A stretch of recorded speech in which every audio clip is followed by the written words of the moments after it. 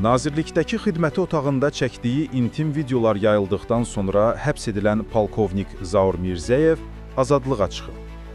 Gözaltı bu barədə musavat.com-a istinadən xəbər verir. Zaur Mirzəyev bir neçə ay öncə cəzasının qalan hissəsinin şərti çəkməsini istəsə də, məhkəmə buna icazə verməmişdi. Dönən o, vəzifə səlahiyyətlərini aşma və nüfuz alveri cinayətləri ilə bağlı aldığı 3 il 3 aylıq həbs cəzasını günə-gün başa vurub. Qeyd edək ki, Mirzəyev Fövqəladə Hallar Nazirliyinin Dövlət Yanğından Mühafizə Xidməti rəisinin köməkçisi olub. Onun xidməti otağında bir neçə qadın əməkdaşla çəkilmiş intim videolar uzun müddət ölkə gündəminin əsas müzakirə mövzularından biri olmuşdu. Gündəlik hadisələrdən xəbərdar olmaq üçün bizi izləyin. Söz altında yox, göz altıda qalın.